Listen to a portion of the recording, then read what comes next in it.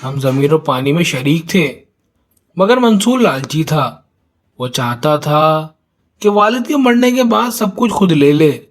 پھر غمگین لہجے میں بولا، ایک رات میرے والد غائب ہو گئے۔ جب ہم نے تلاش کی تو صرف ان کی پگڑی کنویں کے پاس ملی۔ سالوں بعد یہ آوازیں آنا شروع ہوئیں، لوگ سائے دیکھنے لگے تو سب یہاں سے بھاگ گئے۔ نورا نے عورت کے دوپٹے کو غور سے دیکھا اور پوچھا، کیا آپ جانتے ہیں یہ دوپٹہ کس کا تھا؟ شیخ نے کہا جاتا ہے کہ وہ ایک یتیم لڑکی تھی جو یہاں اپنے ماں کے ساتھ رہتی تھی، اور اس کی ماں کا نام یتما تھا، اور وہ میرے والد کی موت کے کچھ دن بعد غائب ہو گئی۔ کوئی نہیں جانتا کہ وہ کہاں گئی۔ نورا نے اس کی طرف دیکھا اور کہا، یتما، اس لڑکی کا نام کیا تھا؟ شیخ نے جواب دیا، اس کا نام نورا تھا۔ نورا کے چہرے کے تاثرات اچانک جم گئے، اس کے بدن میں ہلکی سی کپکپی دوڑ گئی۔ نورا مشکل سے سانس لے رہی تھی اور شیخ سالم کی باتیں سن رہی تھی جیسے کوئی دور سے اس سے باتیں کر رہا ہو۔ اس کا نام نورا، وہی یتیم لڑکی جو برسوں پہلے غائب ہو گئی تھی۔ اب وہ لڑکی ایک پرانے راز کا حصہ بن چکی تھی جو اس فارم اور ساری بستی کو اپنے گھیرے میں لیے ہوئے تھا۔ اس نے اپنے ہاتھ میں پکڑے دوپٹے کی طرف دیکھا اور اسے لگا جیسے اس میں اس کی گمشدہ ماضی کا ایک ٹکڑا چھپا ہوا ہو۔ شیخ نے دھیمی آواز میں کہا، نورا۔ وہ ابھی جو آواز جمع ہی کر رہی تھی۔ اس نے کہا، میں سچائی جاننا چاہتی ہوں، پورا سچ، کیوں وہ غائب ہوئی اور کیوں مجھے خدیجہ نے یہاں سے نکالا۔ شیخ نے آہ بھری اور بولا، تمہاری خالہ خدیجہ، وہ بہت سے دکھوں کی جڑ تھی، وہی تھی جس نے سب کو اکسایا کہ تمہیں گاؤں سے نکال دیا جائے۔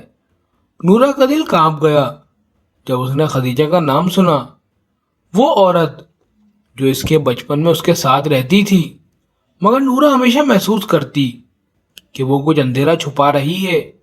شیخ نے کہا، خدیجہ ہر چیز پر قبضہ چاہتی تھی، وہ چاہتی تھی۔ اتنے میں باہر ہوا کے شور نے آواز بلند کر دی جیسے پرانے راز سرگوشیوں میں کہے جا رہے ہوں۔ شیخ نے نورا کا دوپٹہ دیتے ہوئے کہا، یہ عورت ماضی اور حال کے درمیان رشتہ تھی، اور اس کے پاس کئی چابیاں تھیں جو اب تک نہیں کھلی ہیں۔ نورا نے اس ویران فارم کے ارد گرد نظر دوڑائی اور پرعزم لہجے میں کہا، میں واپس آؤں گی، سب کا سامنا کروں گی۔ شیخ نے دھیرے سے کہا، تمہیں اندازہ نہیں، راستہ خطرات سے بھرا ہے۔ نورا نے آنکھیں بند کی، گہری سانس لی اور دل میں کہا، انشاءاللہ کچھ نہیں ہوگا۔ وہ فارم سے باہر نکلی، سورج آہستہ آہستہ طلوع ہو رہا تھا، پرانے گاؤں پر نئی روشنی ڈال رہا تھا۔ یہ نورا کی زندگی میں ایک باب کی شروعات تھی۔ اسے احساس تھا کہ اس کا سفر ابھی شروع نہیں ہوا بلکہ اب شروع ہو رہا ہے۔ نورا اپنے گھر واپس آئی، ہر کونا ایک کہانی کہہ رہا تھا، ہر گوشہ ایک چھپا ہوا راز لیے ہوئے تھا۔ وہ اس پرانے گھر میں داخل ہوئی جو برسوں سے ویران تھا۔ احتیاط سے قدم رکھتی وہ محسوس کر رہی تھی جسے ماضی کا بوجھ ہوا میں معلق ہو۔ ہر دیوار، ہر درز اس کے گزرے ہوئے وقت کی گواہی دے رہا تھا۔ وہ آہستہ آہستہ کمرے کے فرش کو چھونے لگی جیسے کھوئی ہوئی یادوں کو چھو رہی ہو۔ اچانک اسے ایک بڑا سا ڈبہ ملا جو لکڑی کے فرش کے نیچے چھپا ہوا تھا، بالکل اس کمرے میں جہاں وہ بچپن میں سوتی تھی۔ نورا نے ڈبہ آہستہ سے کھولا، اندر پرانی چٹھیاں اور بوسیدہ تصویریں تھیں۔ اس نے تصویریں دیکھیں، ایک بوڑھا آدمی جس کے نقش اس کے والد جیسے تھے، اور ایک اداس عورت۔ اس نے خط کھول کر پڑھنا شروع کیا۔ صاف تحریر تھی مگر ہر لفظ میں غم اور دکھ سے بھرا ہوا تھا۔ ان خطوط میں سے اس کے والد کی جائیداد اس کی بہن خدیجہ کے ہاتھوں میں لوٹنے کی کہانی تھی۔ نورا ابھی آخری خط تک پہنچی ہی تھی کہ اس میں ایک جملہ لکھا ہوا تھا، لالچ سے بچو، یہ زہر ہے جو سب کچھ ختم کر دیتا ہے۔ خط نورا کے ہاتھ سے گر گیا اور زمین پر جا گرا۔ وہ اٹھی تو دیکھا دروازے پر خدیجہ کھڑی تھی، اس کا چہرہ سخت، آنکھوں میں ڈوبا ہوا غصہ۔ خدیجہ نے ٹھنڈی آواز میں کہا، تم یہاں کیوں واپس آئی ہو؟ بہتر نہیں کہ کہیں دور چلی جاؤ؟ نورا نے پرعزم لہجے میں جواب دیا، میں واپس آئی ہوں تاکہ سچ جان سکوں۔ میں نہ اپنا حق چھیننے دوں گی نہ اپنی یادیں مٹنے دوں گی۔ خدیجہ نے طنزیہ مسکراہٹ کے ساتھ کہا، سچائی تمہاری وہم سے زیادہ خطرناک ہے، تم ابھی اس کے لیے تیار نہیں ہو۔ پھر خدیجہ نے نورا کے والد کے بارے میں تاریخ باتیں بتانی شروع کی، غداریوں، دکھوں اور ان رازوں کے باروں میں جو آج تک کسی نے نہیں کھولے تھے۔ نورا نے پرعزم لہجے میں کہا، میں تیار ہوں، چاہے سچائی کتنی بھی تلخ کیوں نہ ہو، آج کے بعد میں نہیں بھاگوں گی۔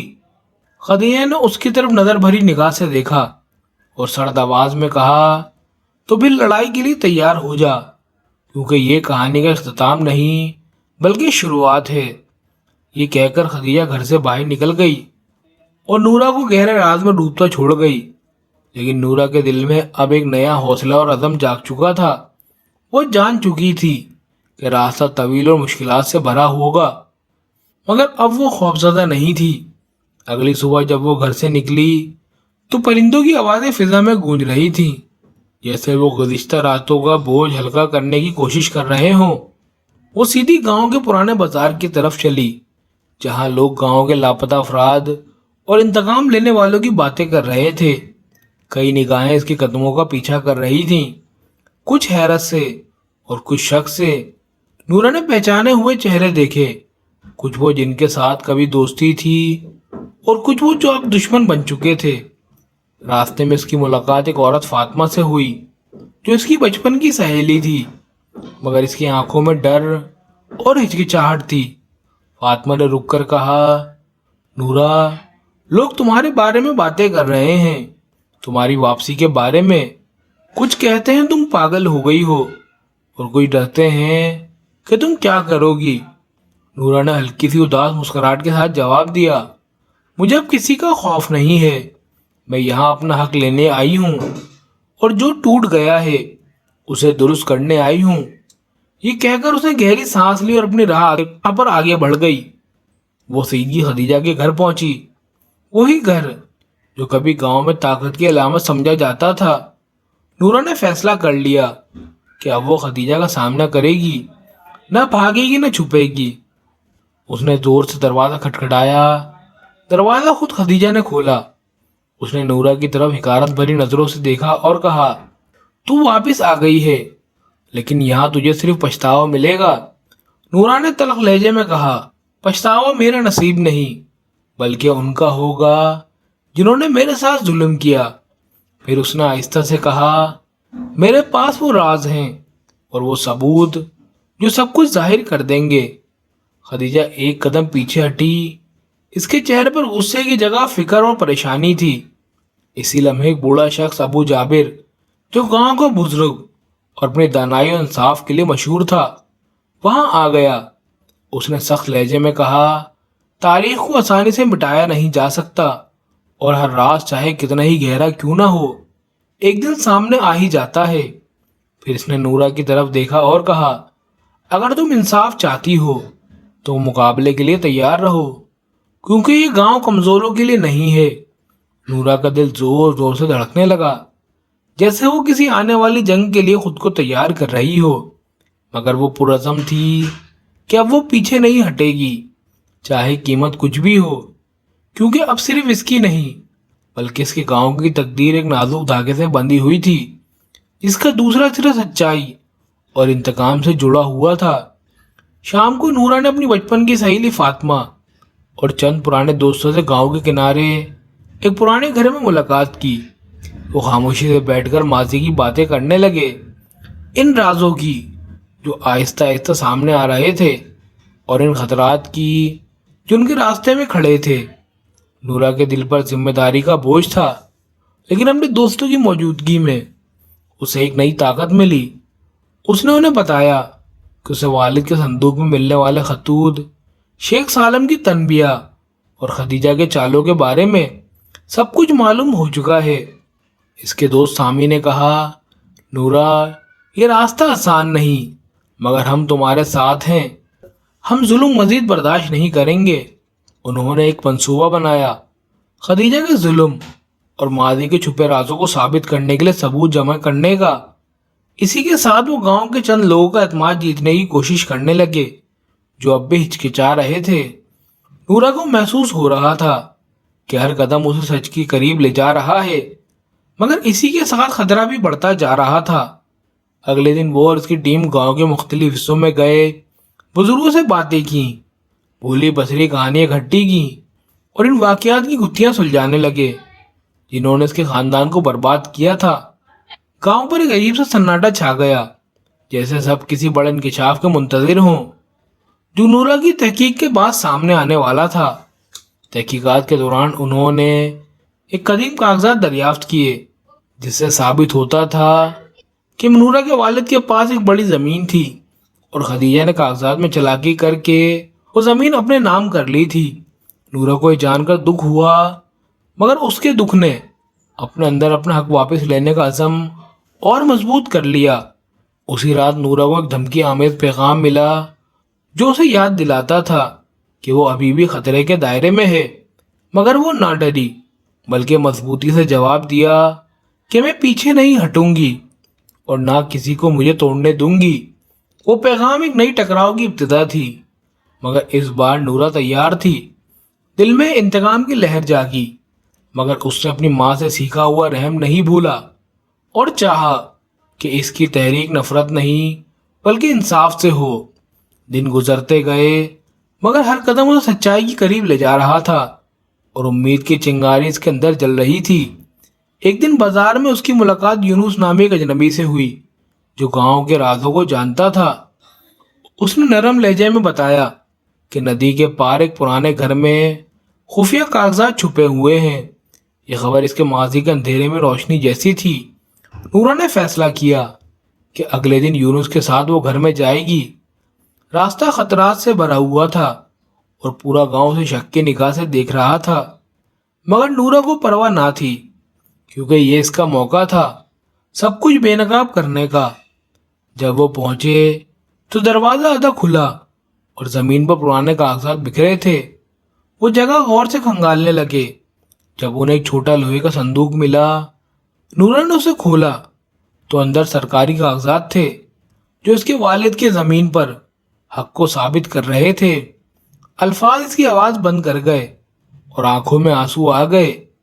یہ کاغذات اس کے مضبوط ترین ثبوت تھے، مگر نکلنے سے پہلے قدموں کی آوازیں سنائی دے رہی تھیں اور وہ فوراً ویران گھر کی دیوار کے پیچھے چھپ گئے۔ خدیجہ اپنے ایک محافظ کے ساتھ نزدیک آ رہی تھی اور چہرے پر غصہ تھا۔ نورا نے یونس سے کہا کہ ہمیں جلد نکلنا چاہیے اور وہ خاموشی سے وہاں سے نکل گئے۔ نورا جانتی تھی کہ راستہ لمبا اور خطرناک ہوگا، مگر اب اس کے پاس وہ اصل ہتھیار تھا جو حالات بدل سکتا تھا۔ اگلے دنوں میں نورا نے مزید شواہد جمع کیے تاکہ اپنا مقدمہ مضبوط کرے، اور آہستہ آہستہ گاؤں کے کچھ بزرگ اس کی حمایت میں آنے لگے کیونکہ وہ خدیجہ کے رویے پر شک کرنے لگے تھے۔ نورا گھروں میں جاتی، لوگوں کی کہانیاں سنتی اور نوٹ کرتی جو سچائی تک پہنچنے میں مدد دے سکیں۔ اسی دوران اس کا بچپن کا دوست سامی آیا اور سرگوشی میں بتایا کہ ایک بااثر آدمی حاجی محمود عدالت میں اس کی مدد کرنا چاہتا ہے۔ یہ سن کر نورا کے دل میں امید جاگی اور اس نے فیصلہ کیا کہ اس سے رابطہ کرے گی۔ دوسری طرف خدیجہ خاموش نہ بیٹھی۔ اسے لگا کہ معاملات اس کے قابو سے باہر نکل رہے ہیں، تو اس نے اپنا اثر و رسوخ استعمال کر کے گاؤں والوں میں فتنہ پھیلانا شروع کر دیا تاکہ نورا کی ساکھ کمزور کرے۔ ایک دن گاؤں والے ایک بڑے مجلس میں جمع ہوئے تاکہ بحران پر بحث کریں۔ نورا بہادری سے مجلس میں آئی اور وہ تمام شواہد پیش کیے جو اس نے جمع کیے تھے۔ مجمع میں خاموشی چھا گئی، مگر کئی چہروں پر یقین اور حیرت تھی۔ خدیجہ نے جھوٹے دلائل سے جوابی حملہ کیا اور بحث تیز ہو گئی۔ تب حاج محمود اندر آئے اور زور سے کہا کہ یہ معاملہ بڑا ہے اور صرف حق و انصاف سے حل ہوگا۔ میں مکمل تفتیش کروں گا اور سب سے امید ہے کہ تحمل سے کام لیا جائے۔ نورا نے محسوس کیا کہ یہ وہ امید کی کرن ہے جس کا وہ انتظار کر رہی تھی، مگر جانتی تھی کہ جس راستے پر وہ ہے وہاں ابھی بھی بہت سی مشکلات باقی ہیں محمود نے گاؤں کے لوگوں کے ساتھ ایک ہنگامی اجلاس بلوایا اور سب کو پرسکون کرنے کی کوشش کی۔ نورا نے گہرا سانس لیا اور سب کے سامنے کہا، میں نہیں ڈروں گی اور آخر تک لڑوں گی۔ اگلے دن فاطمہ لاپتہ ہو گئی۔ نورا نے گہرا سانس لیا اور سب کے سامنے کہا، فاطمہ ایک امانت ہے اور حق کو کوئی دھمکی نہیں دے سکتا۔ فاطمہ کی تلاش کا سفر شروع ہوا۔ نورا، سامی اور گاؤں کے چند نوجوان وادیوں اور ویران کھیتوں میں بھٹکنے لگے۔ سورج آہستہ آہستہ غروب ہو رہا تھا اور ہر طرف خاموشی چھائی ہوئی تھی۔ پرانے چشمے کے قریب ایک درے میں سامی نے ایک چھوٹا سا دوپٹہ دیکھا جو فاطمہ کا تھا۔ نورا نے وہ دوپٹہ اٹھایا اور چیخ کر کہا، وہ جہاں تھی یہ جگہ قریب ہی ہے۔ وہ سب دوڑ کر قریب کے ویران جھوپڑی کی طرف گئے، امید کرتے ہوئے کہ وہاں کوئی اور نشانی ملے گی۔ جو ہی وہ جھوپڑے کے قریب پہنچے تو اندر سے مدھم کرانے کی آواز آئی۔ وہ فوراً اندر داخل ہوئے تو دیکھا فاطمہ کمرے کے کونے میں بندھی ہوئی تھی، آنکھوں سے آنسو بہہ رہے تھے۔ نورا نے ایک چیخ ماری، اس کے بندھے ہوئے ہاتھ کھولے اور اسے زور سے گلے لگا کر کہا، اب یہ ڈراؤنا خواب ختم ہو گیا فاطمہ، اب کوئی تمہیں نقصان نہیں پہنچا سکتا۔ فاطمہ اپنے گھر واپس آ گئی، مگر گاؤں میں غصے کی ایک لہر دوڑ گئی۔ لوگ باتیں کرنے لگے اور وہ خوف جو خدیجہ نے برسوں سے دلوں میں بویا ہوا تھا اب اس کے خلاف بغاوت میں بدل رہا تھا۔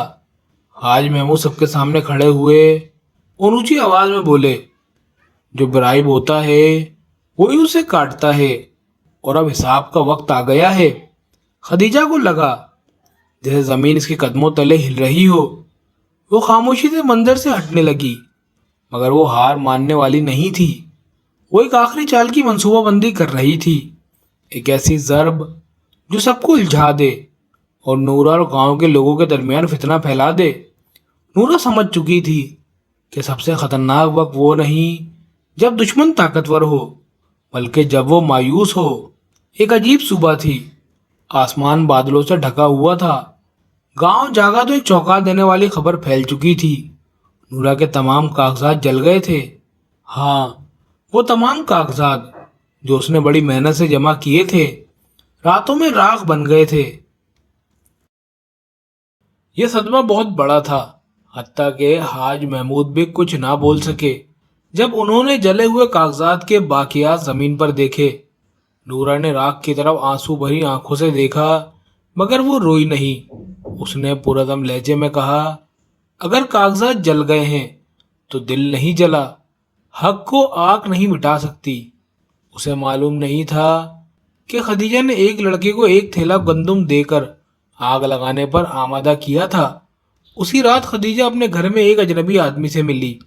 اس نے آہستہ آواز میں کہا، میں چاہتی ہوں کہ نورا غائب ہو جائے، ہمیشہ کے لیے نہیں، بس کچھ وقت کے لیے۔ میں چاہتی ہوں لوگ اس پر شک کریں، اس سے خوف کھائیں۔ آدمی نے خباثت سے مسکرا کر جواب دیا، ہر چیز کی قیمت ہوتی ہے خدیجہ، اور تم جانتی ہو کہ میں اپنے کام کیسے کرتا ہوں۔ اگلے دن گاؤں میں ایک نئی افواہ پھیل گئی کہ نورا نے خود فاطمہ کو اغوا کیا تھا اور بہادری کا ڈونگ رچا کر لوگوں کے دل جیتنے کی کوشش کی۔ اب ہر طرف سرگوشیاں تھیں، جیسے تیز دھار چھریاں اس کے گرد گھوم رہی ہوں۔ لوگ اسے عجیب نظروں سے دیکھنے لگے۔ نورا گاؤں کے چوک میں کھڑی ہوئی اور بلند آواز میں بولی، جس کے پاس میرے خلاف ثبوت ہے وہ آگے آئے اور باقی سب اپنے دلوں سے پوچھیں، افراتفری پھیلانے سے فائدہ کس کا ہے؟ مگر ڈرے ہوئے دل سنتے نہیں اور الجھی ہوئی عقل سوچتی نہیں۔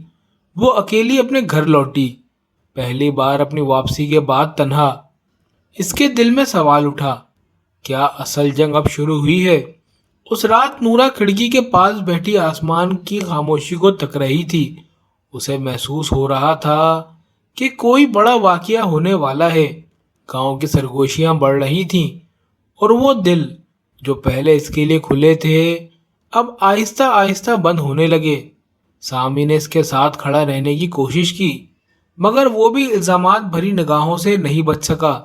محمود نے گاؤں والوں کا ہنگامی اجلاس بلایا اور انہیں تسکین دینے کی کوشش کی، مگر حتیٰ کہ حاج محمود خود بھی اب اپنے الفاظ میں ہچکچا رہے تھے اور خوف اس کے اندر تک گھس چکا تھا۔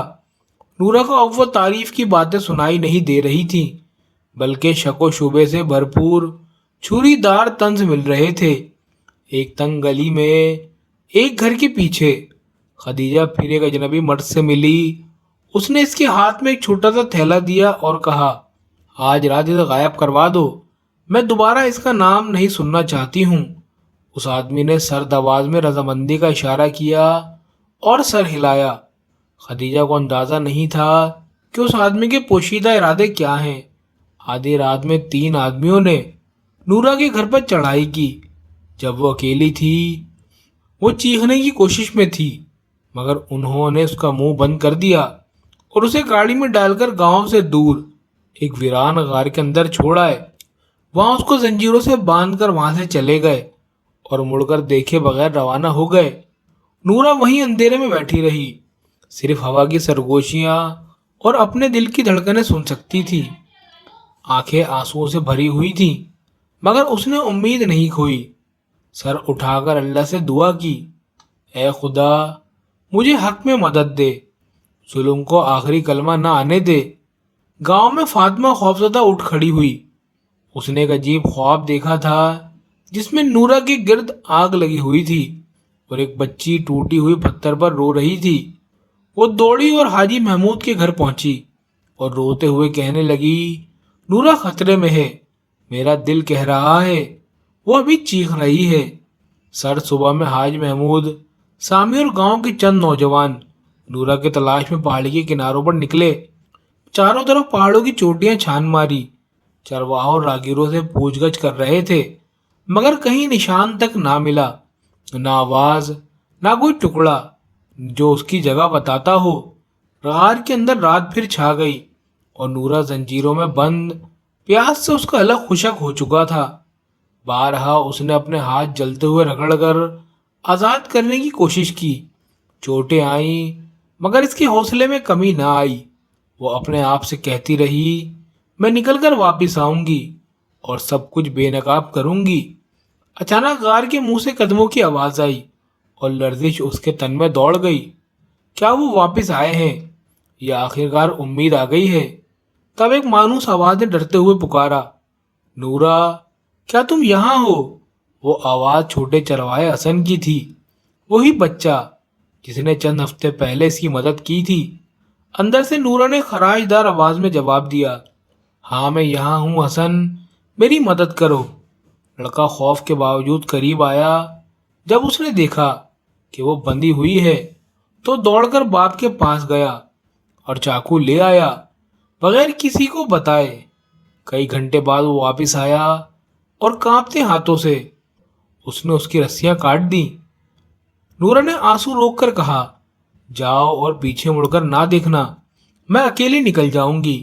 مگر حسن اصرار پر ساتھ چلنے لگا جب تک وہ پہاڑی کے کنارے تک نہ پہنچ گئے۔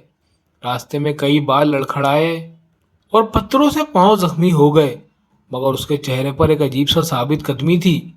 وہ وہی نورا تھی، وہ وہی نورا نہیں رہی تھی جو لوگ جانتے تھے۔ جب وہ پہاڑ کے کنارے پہنچی تو دور سے گاؤں کی روشنی نظر آئیں۔ اس نے مدھم آواز میں کہا، میں لوٹ رہی ہوں مگر ویسی نہیں جیسی گئی تھی، میں انصاف کے ساتھ لوٹ رہی ہوں۔ نورا صبح سویرے گاؤں کے کنارے پہنچی، کپڑے پھٹے ہوئے، پاؤں خون سے بھرے، چہرہ رنگ کھو چکا تھا، مگر اس کا ٹھہراؤ ایک چٹان کے مانند تھا۔ اس نے کسی کے گھر کا دروازہ نہیں ٹھوکا، مگر وہ کنویں کے پاس بیٹھ گئی تاکہ لوگ اسے دیکھ لیں۔ فاطمہ نے پہلے اسے دیکھا اور خوف زدہ چیخ ماری۔ نورا، لوگ اس کے ارد گرد جمع ہو گئے، کچھ حیرت زدہ، کچھ ڈرے ہوئے اور کچھ سرگوشی کر رہے تھے۔ وہ کیسے بچ گئی؟ آج محمود درمیان میں آئے، جھک کر اس سے پوچھنا، اس نے تمہارے ساتھ یہ سب کیا؟ بتاؤ، سچ سامنے آئے گا۔ نورا نے درد سے بھرے آنکھوں سے جواب دیا، آج میں بات نہیں کروں گی، مگر دن آئیں گے جو میرے لیے بولیں گے۔ لوگوں نے اسے گھر بھیجا اور فاطمہ پانی، خوراک اور پیسے لے کر آئی، اور اسی طرح جب نورا آرام کر رہی تھی تو چھوٹا حسن آیا اور اس کے قدموں کے پاس بیٹھ گیا اور آہستہ سے بولا، اگر میں یہ کسی کو نہ بتاؤں کہ میں نے تمہاری مدد کی تو کیا تم ناراض ہو جاؤ گی؟ نورا نے اس کے سر پر ہاتھ پھیرا اور کہا، تم میرے چھوٹے ہیرو ہو اور اللہ تمہیں ضرور عزت دے گا۔ اگلے دن نورا خود بازار نکلی۔ اس کا سر بلند تھا، لوگ اس سے ملی جلی شکلوں سے ملے، کچھ نے اس کی آنکھوں میں دیکھنے سے گریز کیا، مگر وہ جانتی تھی کہ کون خاموش رہا اور کس نے سازش کی۔ وہ گاؤں کے شیخ کے پاس گئی اور سب کے سامنے کہا، میں نورا بنت حامد ہوں اور میں زبردستی غائب کی گئی تھی۔ جو میرے ساتھ ہوا وہ حساب کے بغیر نہیں گزرے گا۔ وہاں خاموشی چھا گئی۔ شام کو گاؤں کے چند معزز لوگ خفیہ طور پر جمع ہوئے۔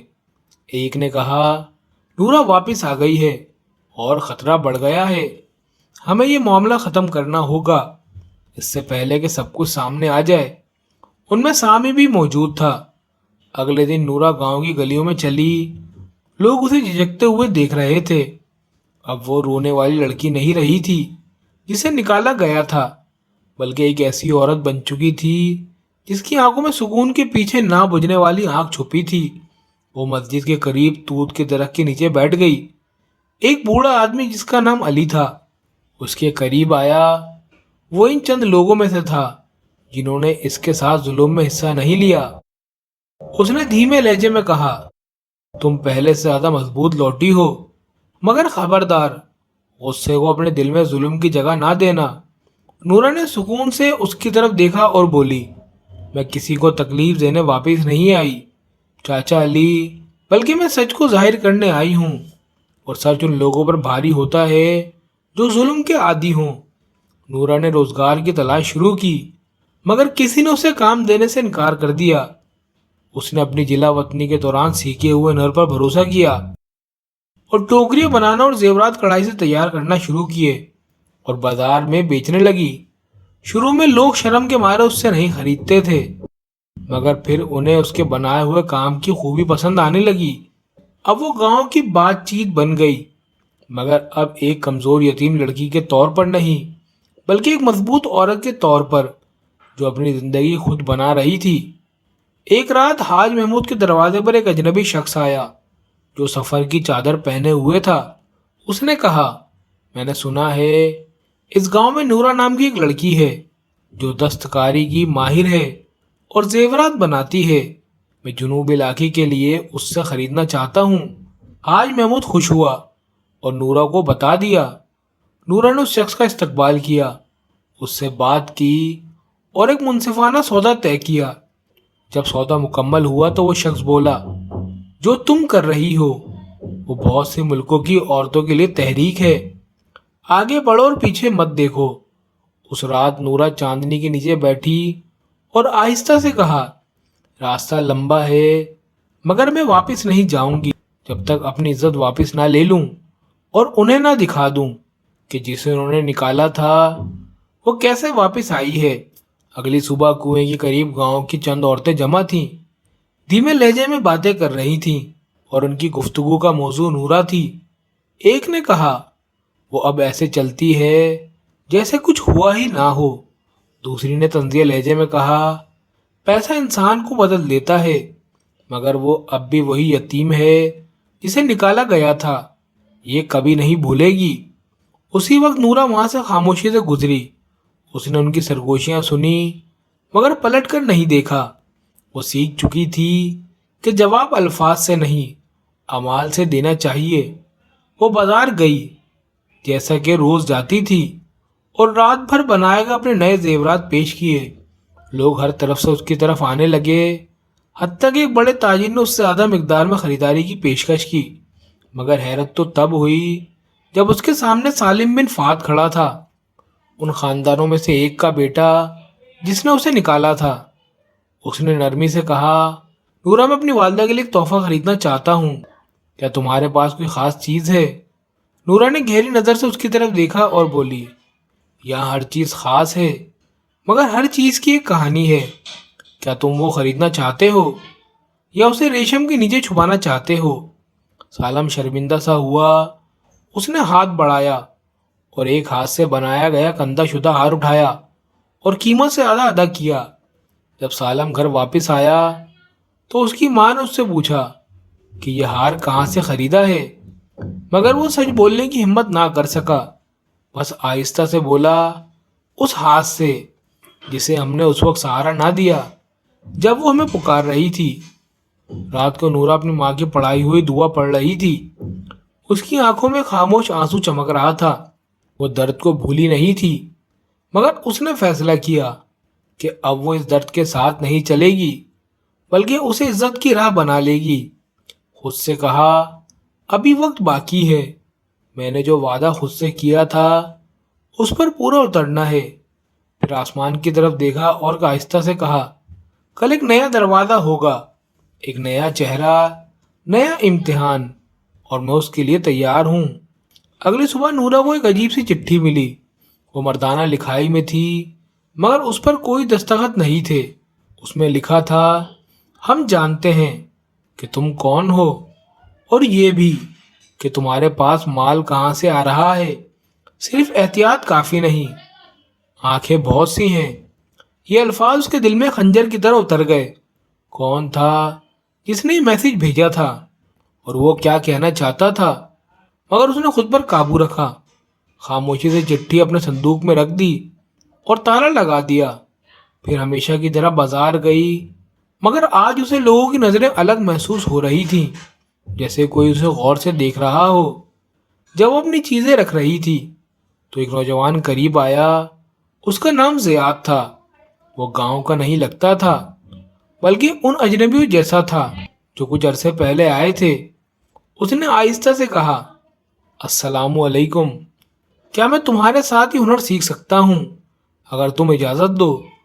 نورا حیران ہوئی، مگر نرمی سے بولی، اگر تم سچے ہو تو بنائی سے شروع کرو، پھر دیکھتے ہیں تمہارا ہاتھ کیا کر سکتا ہے۔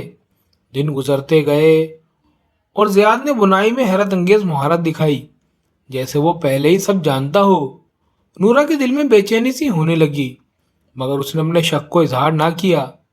ایک رات اس نے کھڑکی پر ہلکی سی دستک سنی، آہستہ سے قریب گئی تو دیکھا ایک چھوٹی سی پرچی رکھی ہے، اس پر لکھا تھا، زیاد سے ہوشیار رہو، وہ ویسا نہیں ہے جیسا تم سمجھتی ہو۔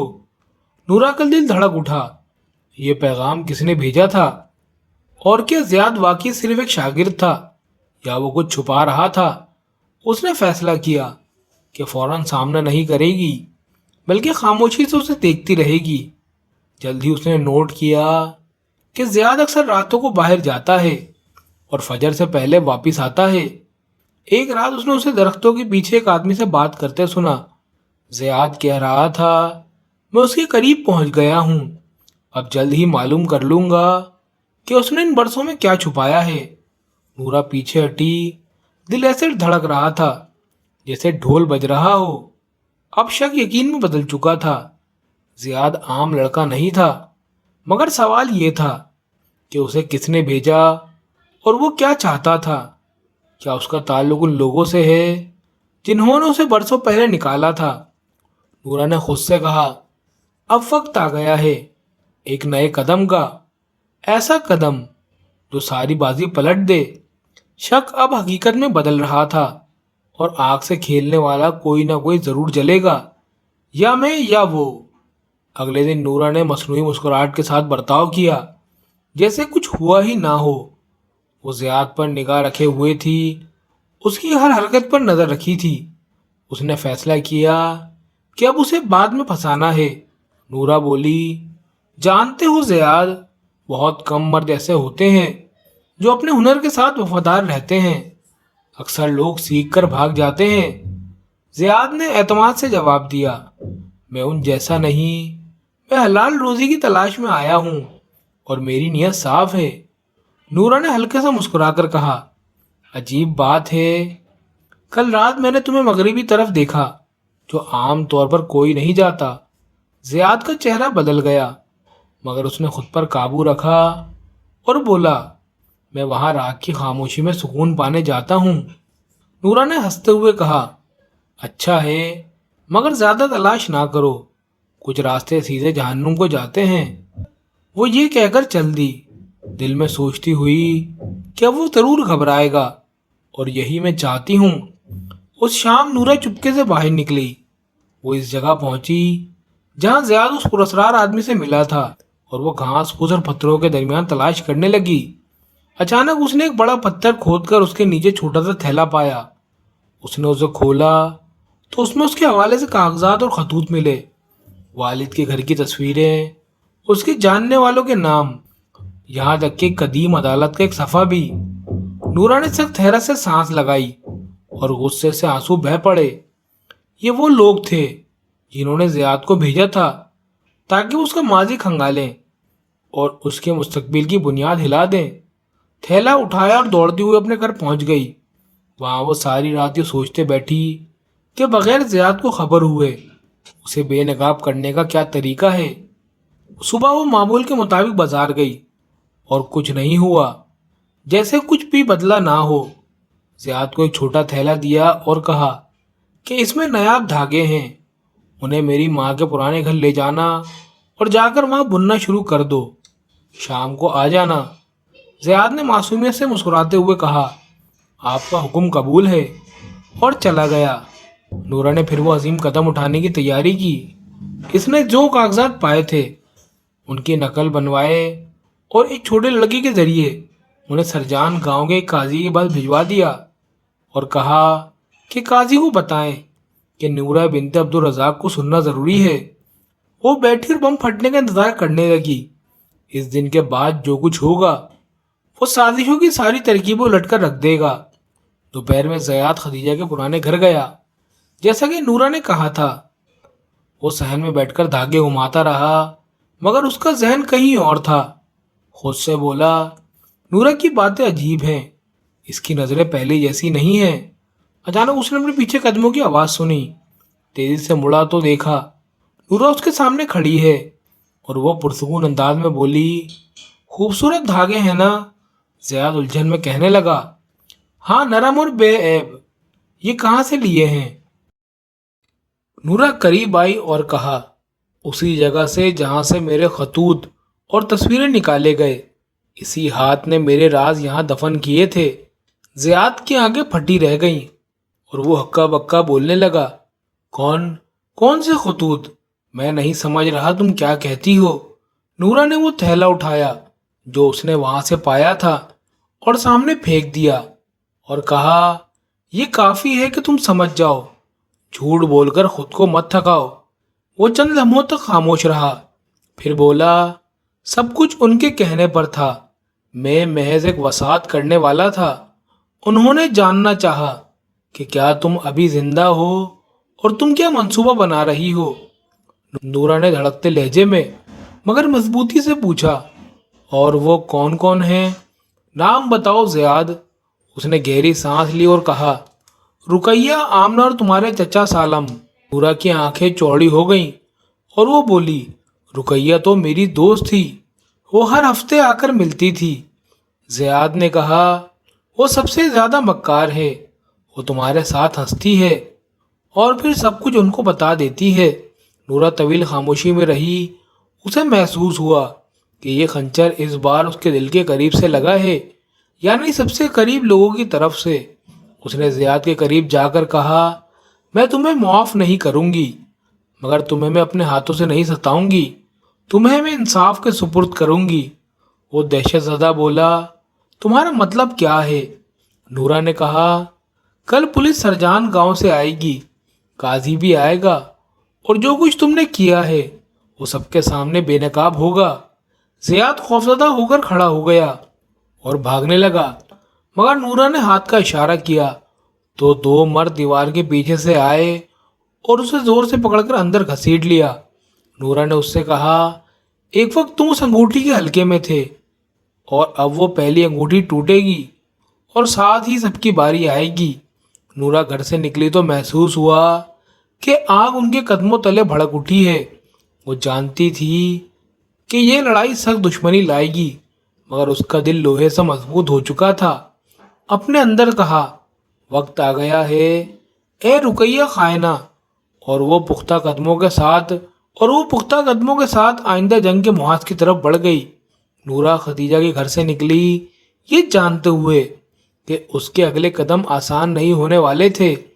مگر اب وہ اکیلی نہیں تھی، اسے اہل حق کا اعتماد حاصل ہو چکا تھا اور اس نے غداری کے پہلے دھاگے کو بے نقاب کر دیا۔ زیاد کے گرنے کے ساتھ ہی سازش کی کڑیاں ٹوٹنے لگیں۔ زیاد کی گرفتاری کی خبر جب رقیہ تک پہنچی تو وہ خوف کے مارے کانپتی ہوئی آمنہ کے گھر بھاگی، مگر اب وقت گزر چکا تھا۔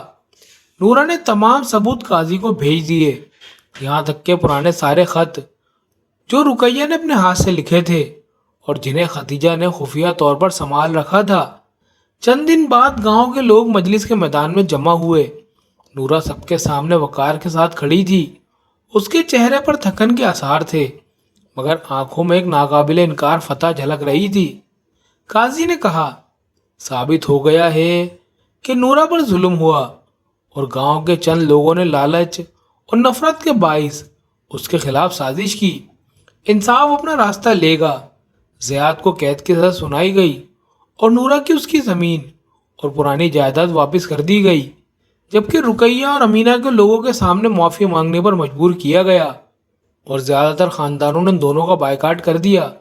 نورا روئی، مگر اپنے لیے نہیں، ان لوگوں کے لیے جو وفا کے بجائے غداری کا راستہ چن بیٹھے تھے۔ اسی دن وہ اپنے پرانے گھر کے دروازے پر کھڑی ہوئی، وہاں ایک شمع جلائی اور آسمان کی طرف دیکھ کر کہا، اللہ میری ماں پر رحم فرما، میں لوٹ آئی ہوں، جیسا کہ وعدہ کیا تھا۔ لوٹی ہوں مضبوط، پاک اور ان سب کے باوجود جنہوں نے میرا دل توڑنے کی کوشش کی۔ ماں، میں جیت گئی ہوں، صرف اپنے لیے نہیں بلکہ ان سب کے خلاف جو مجھے زندہ دفن کرنا چاہتے تھے۔ چند ہفتوں بعد نورا نے اپنا گھر دوبارہ تعمیر کرنا شروع کیا۔ گاؤں کے نیک لوگوں نے اس کا ساتھ دیا۔ اس کی کہانی ایک نصیحت بن گئی جو ہر زبان پر تھی۔ نورا جو کبھی ایک یتیم اور طرد شدہ لڑکی تھی، اب عزت و وقار کی علامت بن چکی تھی۔ ایک سال بعد ایک چھوٹی سی مجلس میں گاؤں کی ننھی لڑکیاں اس کے گرد بیٹھی تھیں۔ نورا نے ان سے کہا، یاد رکھو میری بیٹیوں، جو آج تم پر ظلم کرے گا کل تمہارے قدموں میں جھکے گا۔ بس حق کا ساتھ کبھی نہ چھوڑنا اور درد کے وقت دعا کرنا مت بھولنا۔ یوں نورا کا سفر ختم ہوا، مگر اس نے ایک ایسا نقش چھوڑا جو کبھی مٹ نہیں سکتا تھا۔ دل کی گہرائیوں سے آپ سب کا شکریہ کہ آپ نے اس دردناک مگر حوصلہ دینے والی کہانی کو سنا، جس میں صبر، ثابت قدمی اور انصاف کے بڑے سبق پوشیدہ ہیں۔ اللہ سے دعا ہے کہ وہ ہمیں اور آپ کو ہمیشہ حق و عدل کے راستے پر قائم رکھے اور ہم پر ان لوگوں کو مسلط نہ کرے جو ان سے نہیں ڈرتے اور ہم پر رحم نہیں کرتے۔